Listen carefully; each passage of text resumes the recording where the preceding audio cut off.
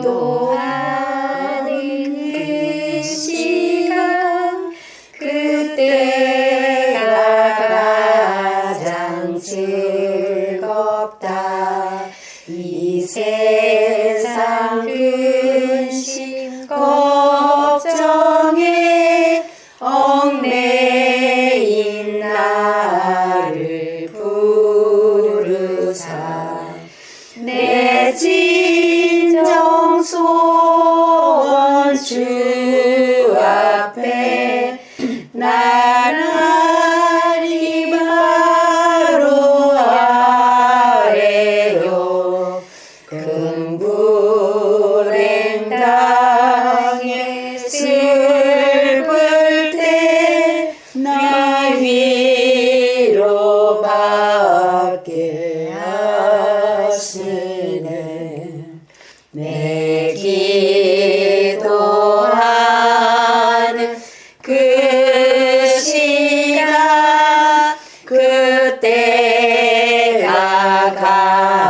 가장 즐겁다. 주 세상에서 일찍이 요란한 곳 피하여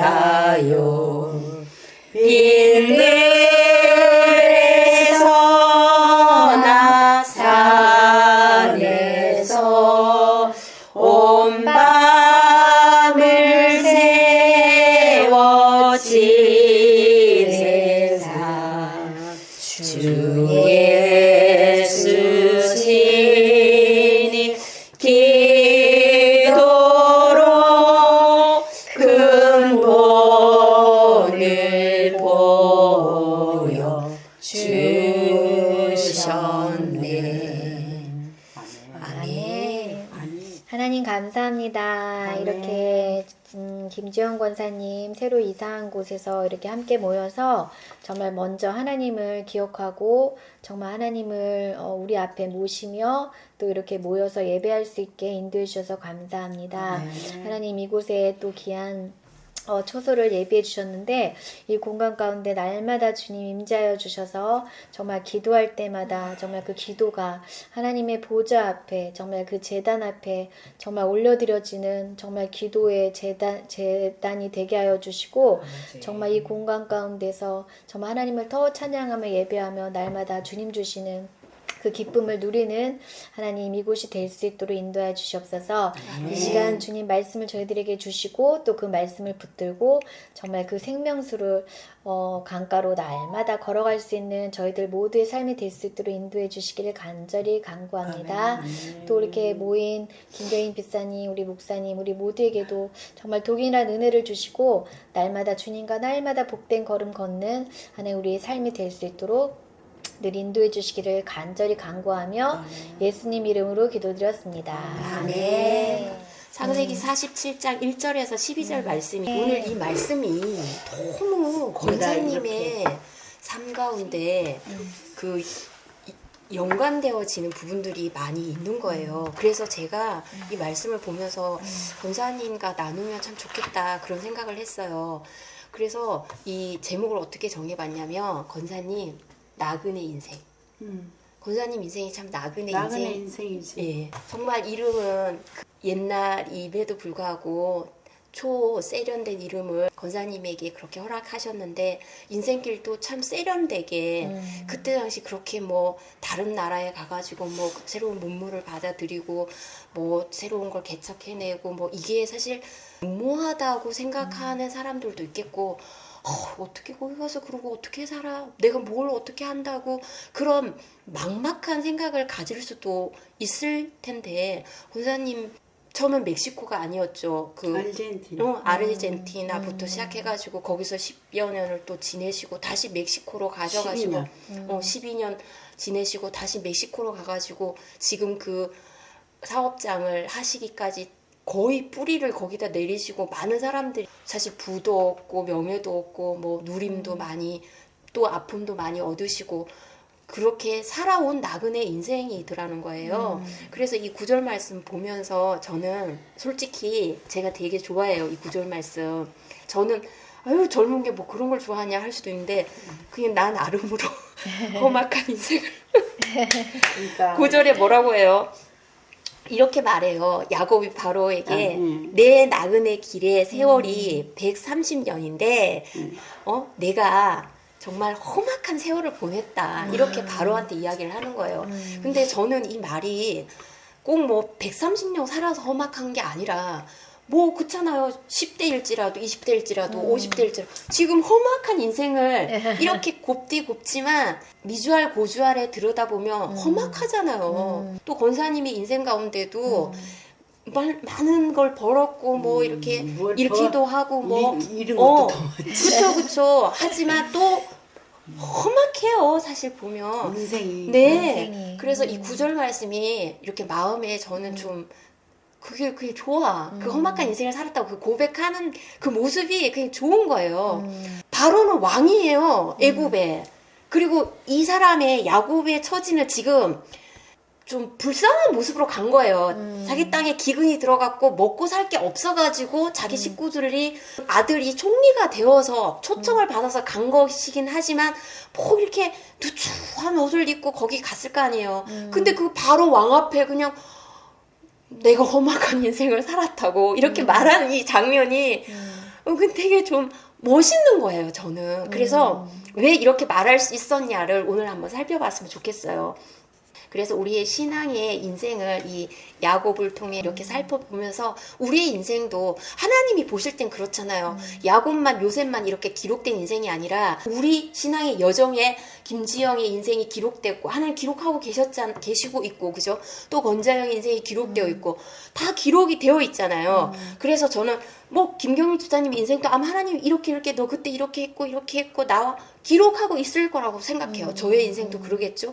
그래서 그러한 하나님이 우리 가운데 기록해 주시는 그 인생의 여정을 지금도 ing죠. 우리는 가고 있고 또 하나님 그 다음에 우리는 또 어떤 고백을 하게 될까? 이 왕 앞에 이렇게 고백했던 야곱을 보면서 우리는 하나님 앞에 또 어떤 고백을 하게 될까? 또 우리가 만나는 또 다른 사람에게 내 인생은 이러했다라고 뭐라고 고백하게 될까? 그게 오늘 하루 내가 살아온 인생이 또 고백되어지는 거니까 그게 너무나 이 말씀이 내 마음 가운데는 좋게 와줬어요.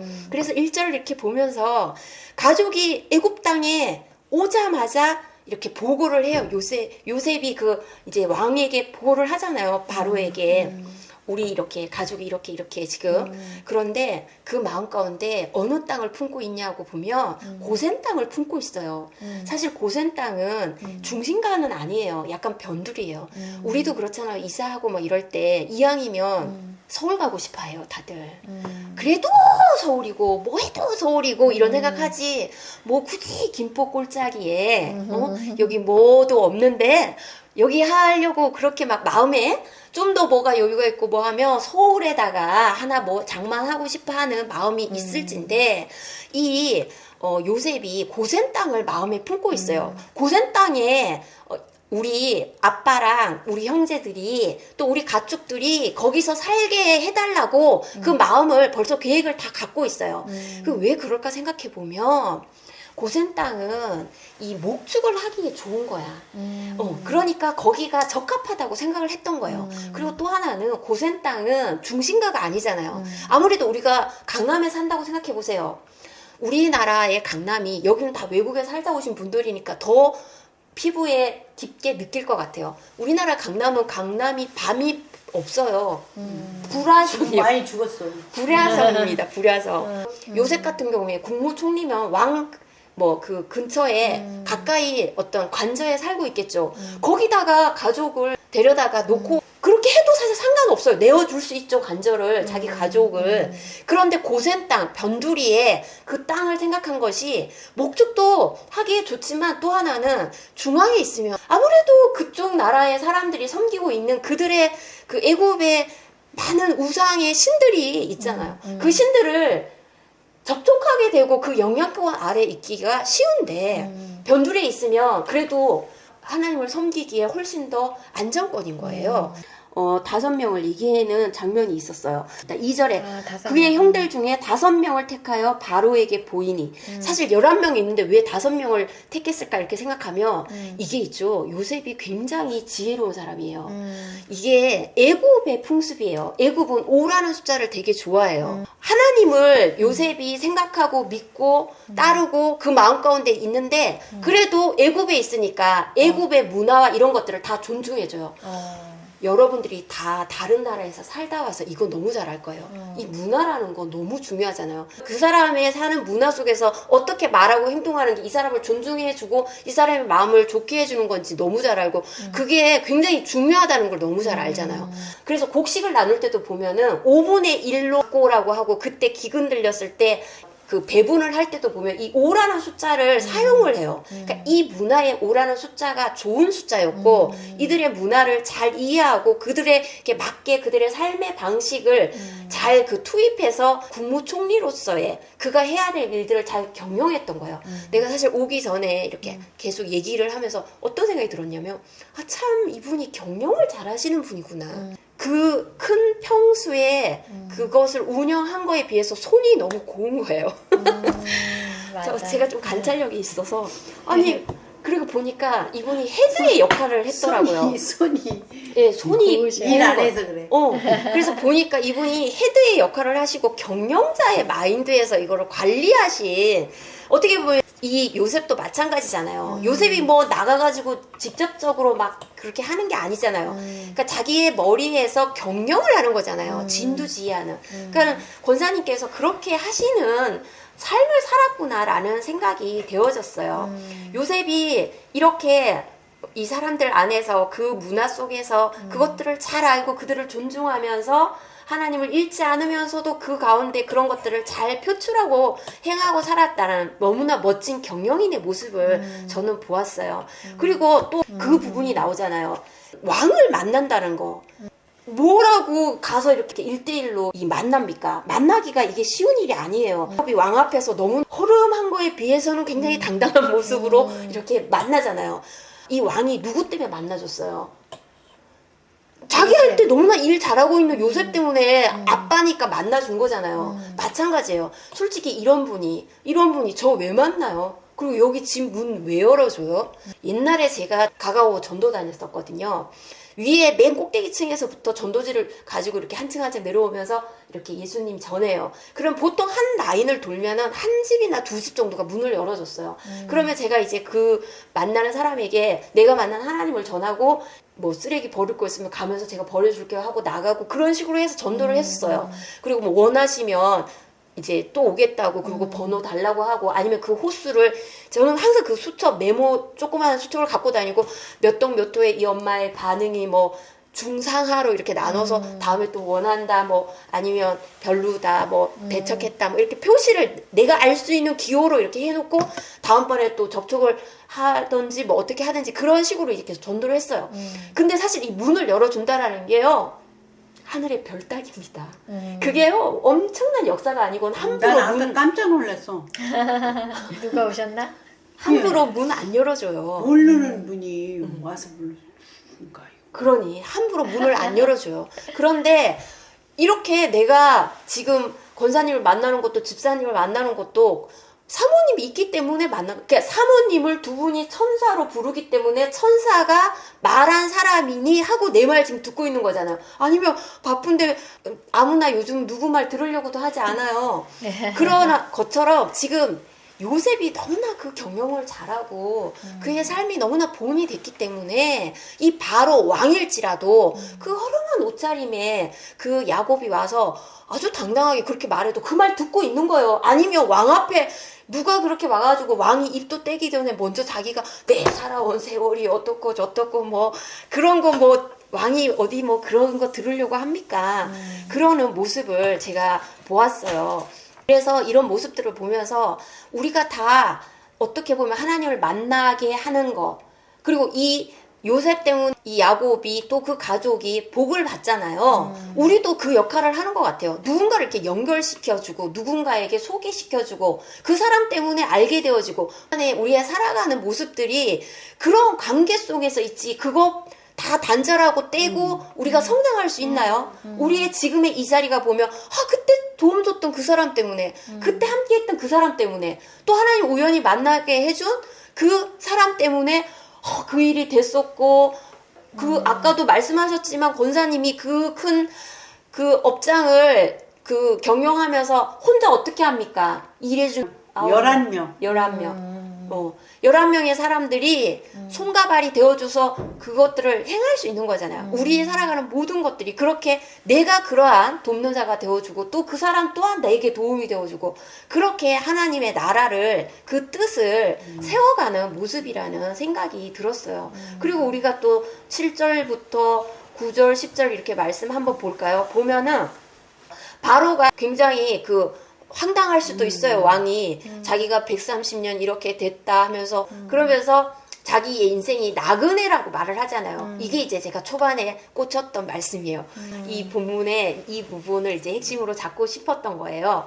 사실 이렇게 야곱이 되게 부엘세바에서부터 뼈저리게 저는 느꼈을 것 같아요. 뭔가 자기는 그래도 헤브론에서 자기 아빠 있는 무덤, 엄마 있는 무덤 거기서 죽으려고 했는데 죽는 거조차도 자기 마음대로 되지도 않는 걸 자기가 느꼈고 하나님이 옮기면 내가 이렇게 애굽 땅에 지금 기근 들려갖고 정말 이렇게 떨렁떨렁 이렇게 와서 어쩌면 여기서 내가 죽을 수도 있겠다 그런 생각도 하지 않았겠어요.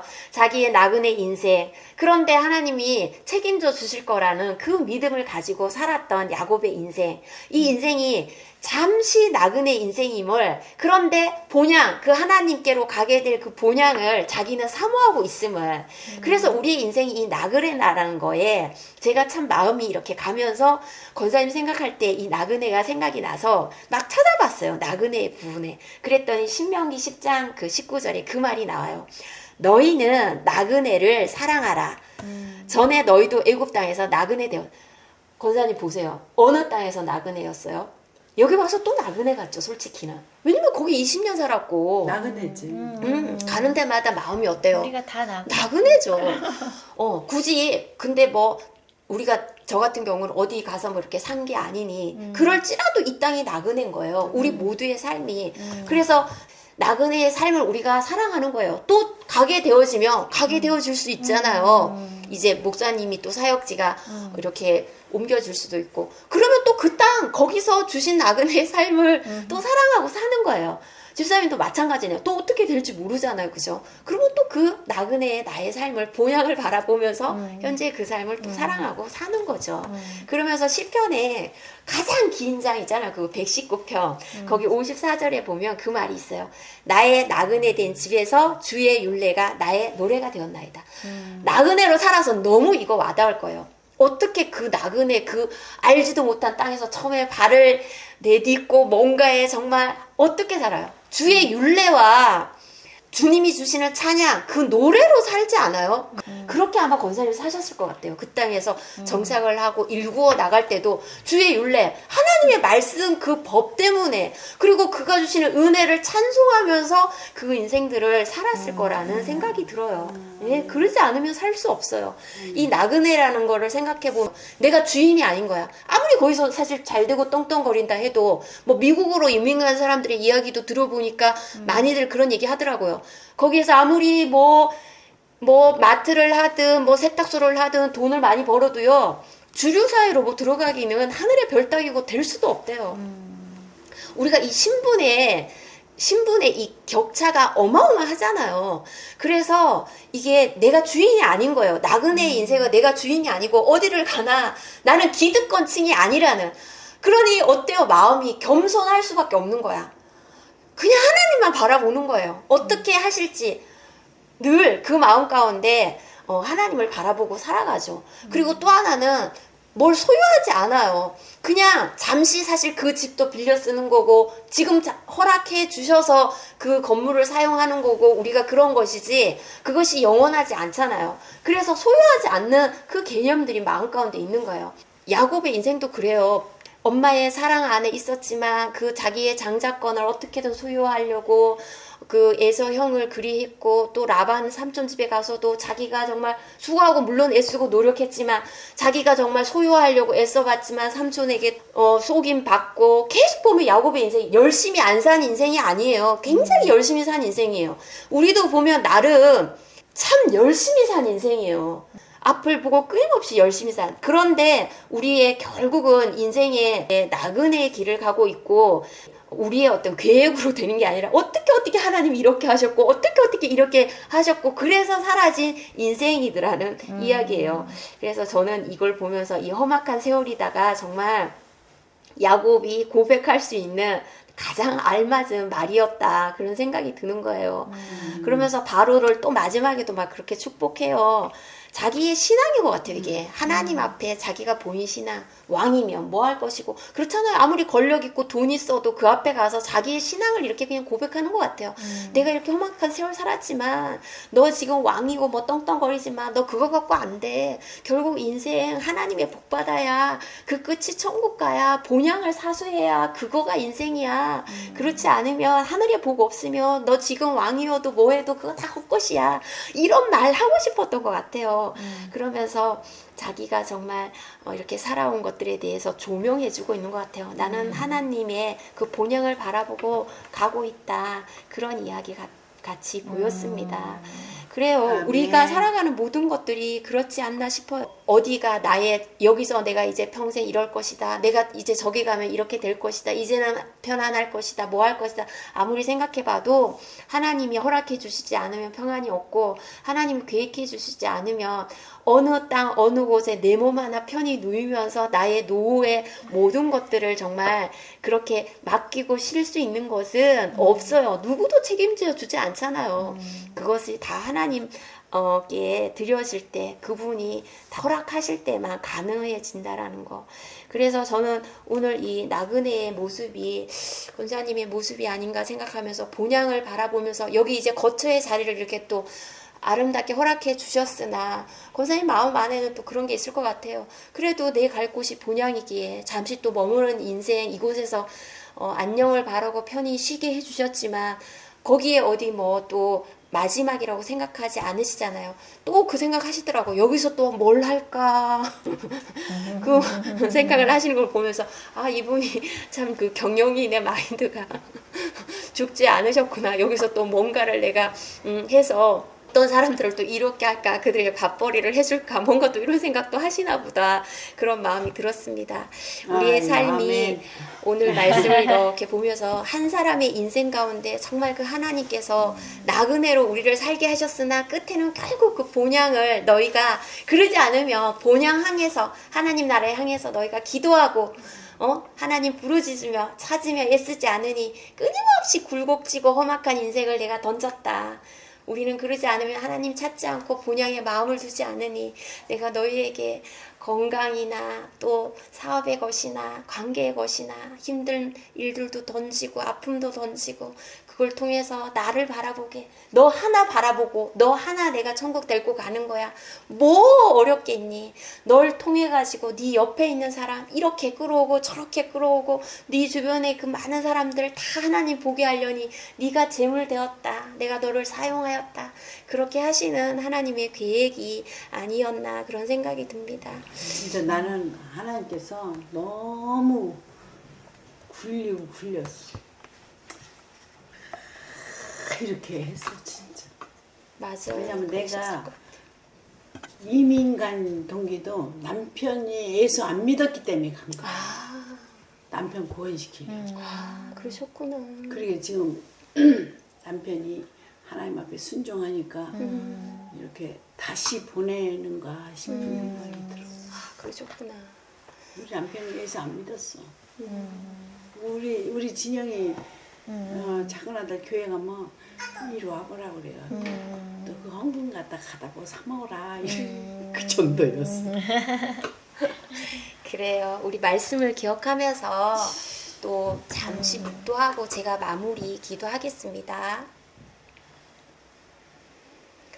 참 좋으신 하나님 은혜를 감사드립니다. 하나님께서 정말 한 생을 놓고 얼마나 많은 계획을 하시며 그 본향을 바라보게 하시는지요.